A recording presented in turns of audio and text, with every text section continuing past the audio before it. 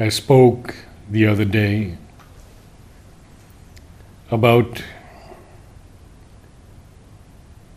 the quotations that I often use from Savitri prior to each Om that we sing, in order to lift the collective consciousness to the highest and most receptive level.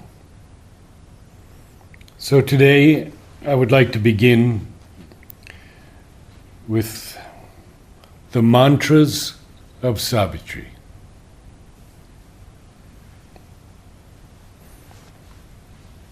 Over a period of more than 8 years, I have been collecting, reading through Savitri and copying out mantras on music, sound, harmony.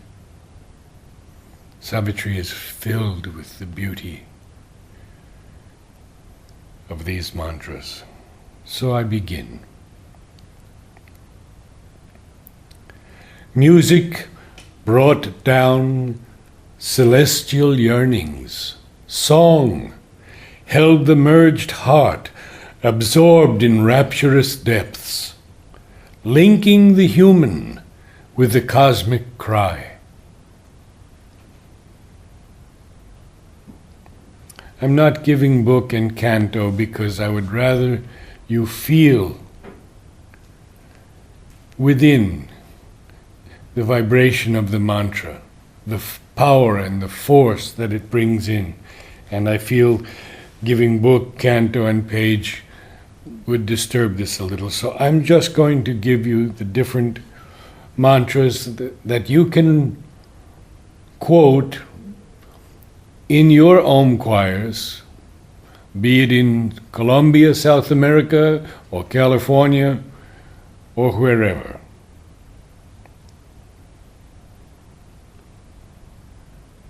O rubies of silence, lips from which there stole low laughter, music of tranquility.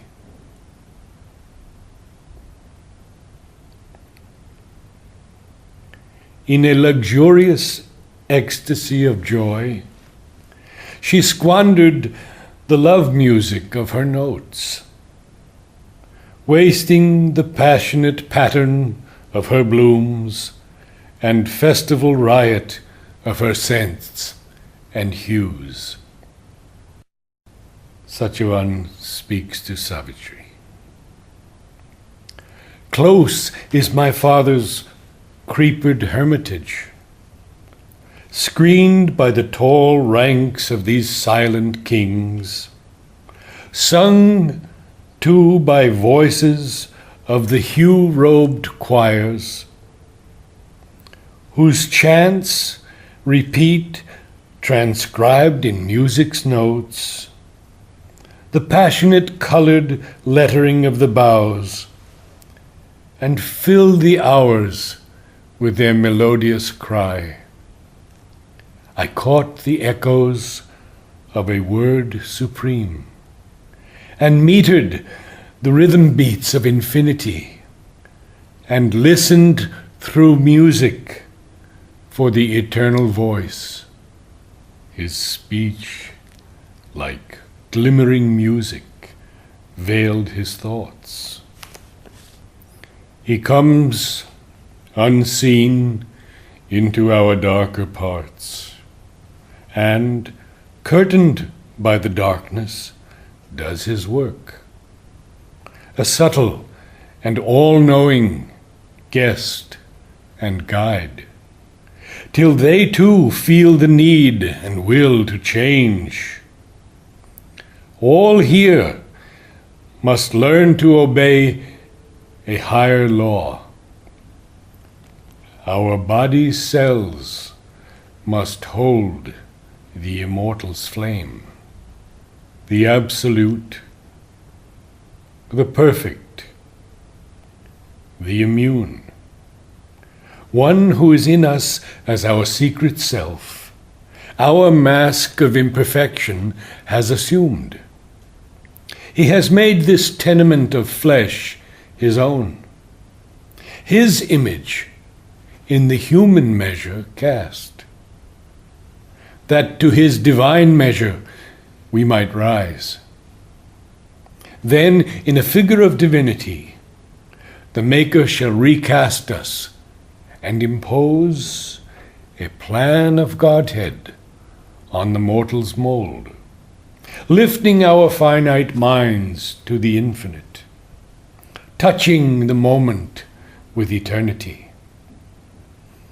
This transfiguration is earth's due to heaven. A mutual debt binds man to the Supreme. His nature we must put on as he put ours. We are sons of God and must be even as he. His human portion we must grow divine. Our life is a paradox, with God for key. On the dumb bosom of this oblivious globe, although as unknown beings we seem to meet, our lives are not aliens, nor as strangers join, moved to each other by a causeless force.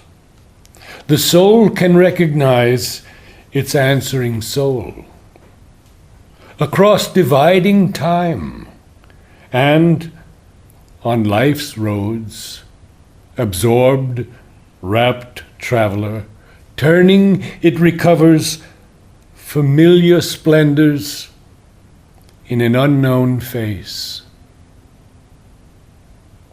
and touched by the warning finger of swift love, it thrills again to an immortal joy, wearing immortal body for delight. There is a power within that knows beyond our knowings. We are greater than our thoughts, and sometimes earth unveils that vision here. To live, to love, are signs of infinite things. Love is a glory from eternity's spheres, a thrill that smites the nerves is music's spell. A fateful hand has touched the cosmic chords, and the intrusion of a troubled strain covers the inner music's hidden key that guides unheard the surface cadences. Yet is it joy to live and to create, and joy to seek, and joy to love and labor, though all fails, and joy to seek, though all we find deceives, and all on which we lean betrays our trust. Yet something in its depths was worth the pain. A passionate memory haunts with ecstasy's fire. Even grief has joy hidden beneath its roots. For nothing is truly vain the one has made. In our defeated hearts, God's strength survives, and victory's star still lights our desperate road. Our death is made a passage to new worlds. This to life's music gives its anthem swell.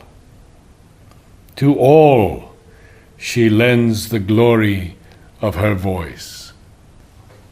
A sumptuous interlude occupies the ear, and the heart listens, and the soul consents. An evanescent music it repeats, wasting on transience time's eternity. A tremolo of the voices of the hours. Oblivious screens the high intended theme. The self-embodying spirit came to play on the vast clavichord of nature force.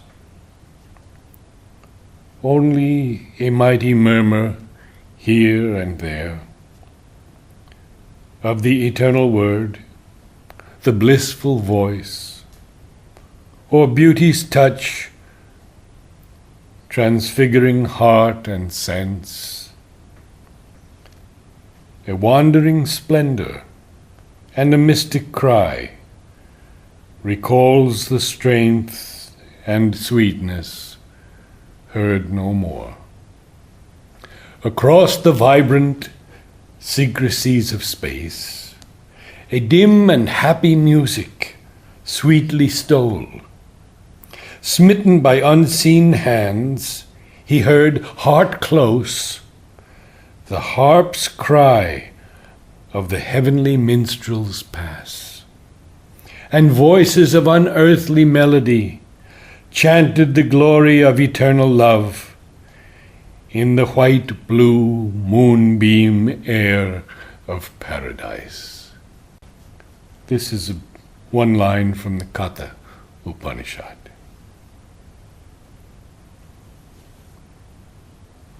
This is he that is awake in those who sleep. At the end of Savitri, Sri Aurobindo quotes a passage, just a few lines, from the Isha Upanishad. The one, unmoving, is swifter than thought. The gods cannot overtake it, for it travels ever in front. It moves, and it moves not. It is far away from us, and it is very close. This is our deepest need, to join once more what now is parted, opposite, and twain. Remote in sovereign spheres that never meet, or fronting like far poles of night and day. We must fill the immense lacuna we have made. Re-wed the closed finite's lonely consonant with the open vowels of infinity. A hyphen must connect matter and mind, the narrow isthmus of the ascending soul. We must renew the secret bond in things. Our hearts recall the lost divine idea. Reconstitute the perfect word. Unite the Alpha and the Omega in one sound. Then shall the spirit and nature be at one. All here, where each thing seems its lonely self, are figures of the soul transcendent one. Only by him they are. His breath is their life. An unseen presence molds the oblivious clay. Our emotions are but high and dying notes of his wild music, changed compellingly by the passionate movements of a seeking heart. In the inconstant links of hour with hour, to call down heaven's distant answering song, to cry to an unseized bliss is all we dare. Once seized, we lose the heavenly music sense. Too near, the rhythmic cry has fled or failed. All sweetnesses are baffling symbols here. Here, living center of that vision of peace, a woman sat in clear and crystal light. Heaven had unveiled its luster in her eyes. Her feet were moonbeams. Her face was a bright sun. Her smile could persuade a dead, lacerated heart to live again and feel the hands of calm. A low music heard became her floating voice. As into a heaven of strength and silence, thought is ravished.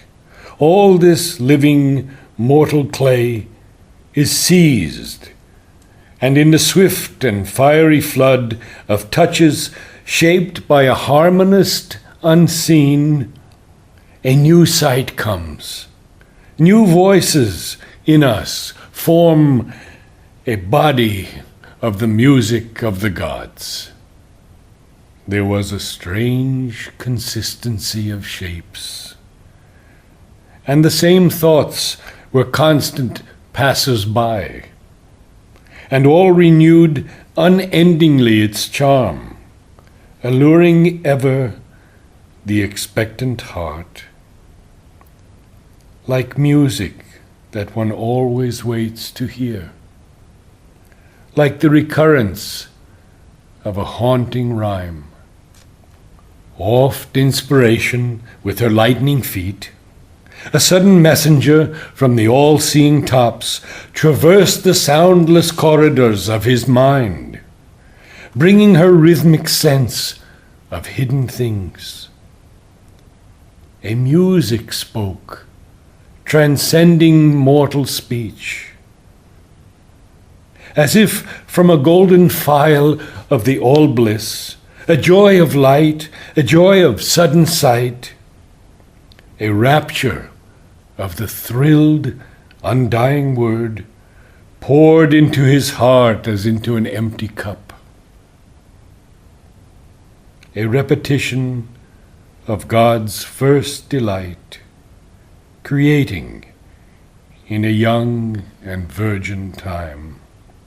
The music born in matter's silences, plucked nude out of the ineffable's fathomlessness, the meaning it had held but could not voice, the perfect rhythm now only sometimes dreamed, an answer brought to the torn earth's hungry need, rending the night that had concealed the unknown. In that lucent ambience, mystically clear, the eyes were doors to a celestial sense. Hearing was music, and the touch a charm. And the heart drew a deeper breath of power, a flaming rhapsody of white desire lured an immortal music into the heart and woke the slumbering ear of ecstasy. The world's senseless beauty mirrors God's delight. That rapture's smile is secret everywhere. It flows in the wind's breath, in the tree's sap. Its hued magnificence blooms in leaves and flowers. When life broke through its half-drowse in the plant, that feels and suffers but cannot move or cry, in beast and in winged bird and thinking man, it made of the heart's rhythm its music's beat. All there discovered what it seeks for here. It freed the finite into boundlessness and rose into its own eternities. The inconscient found its heart of consciousness. The idea and feeling, groping in ignorance, at last clutched passionately the body of truth. The music, born in matter's silences, plucked nude out of the ineffable's fathomlessness the meaning it had held but could not voice. The perfect rhythm, now only sometimes dreamed, an answer brought to the torn earth's hungry need, rending the night that had concealed the unknown, giving to her her lost, forgotten soul. The persistent thrill of a transfiguring touch persuaded the inert black quietude, and beauty and wonder disturbed the fields of God. A wandering hand of pale enchanted light that glowed along a fading moment's brink, fixed with gold panel and opalescent hinge, a gate of dreams, ajar on mystery's verge. I'm going to read that again. The persistent thrill of a transfiguring touch persuaded the inert black quietude, and beauty and wonder disturbed the fields of God. A wandering hand of pale enchanted light that glowed along a fading moment's brink, fixed with gold panel and opalescent hinge, a gate of dreams, ajar on mystery's verge. One lucent corner, windowing hidden things, forced the world's blind immensity to sight. An instant's visitor, the Godhead shone. On life's thin border awhile the vision stood, and bent over earth's pondering forehead curve, interpreting a recondite beauty and bliss, in colors hieroglyphs of mystic sense. It wrote the lines of a significant myth, telling of a greatness of spiritual dawns, a brilliant code penned with the sky for page. Almost that day, the Epiphany was disclosed, of which our thoughts and hopes are signal flares. Immortal rhythms swayed in her time-born steps. Her look, her smile awoke celestial sense, even in earth stuff, and their intense delight poured a supernal beauty on men's lives. On the frail breast of this precarious earth, since her orbed sight in its breath-fastened house, opening in sympathy with happier stars, where life is not exposed to sorrowful change, remembered beauty death-claimed lids ignore, and wondered at this world of fragile forms, carried on canvas strips of shimmering time. The impunity of unborn mites was hers. Hope chanced to hope, a bright, immortal choir. He heard the inspired sound of his own thoughts, re-echoed in the vault of other minds. From the Mother's Prayers and Meditations. O Lord, Lord, A boundless joy fills my heart.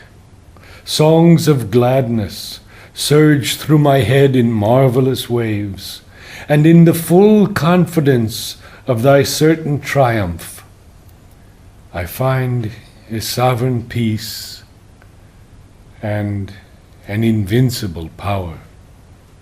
Thou fillest my being, thou animatest it, thou settest in motion its hidden springs, thou illuminest its understanding, thou intensifiest its life, thou increasest tenfold its love. And I no longer know whether the universe is I, or I the universe, whether thou art in me or I in thee. Thou alone art, and all is thou, and the streams of thy infinite grace fill and overflow the world. Sing, O lands, sing, O peoples, sing, O men.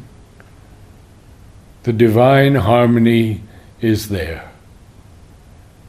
And this is apropos of previous talk about not having preconceived ideas about what music will come down. This is in Mother's Questions and Answers. Before sitting down, I don't even know what notes I am going to play. But I do not know at all. I do not at all know what will come. Nothing at all, nothing. I don't even decide what feeling or idea of state of consciousness is going to be expressed. Nothing. I am like a blank page. I come and sit down, concentrate for a minute, and let it come. And lastly, oh, let light be poured on all the earth, and peace inhabit every heart.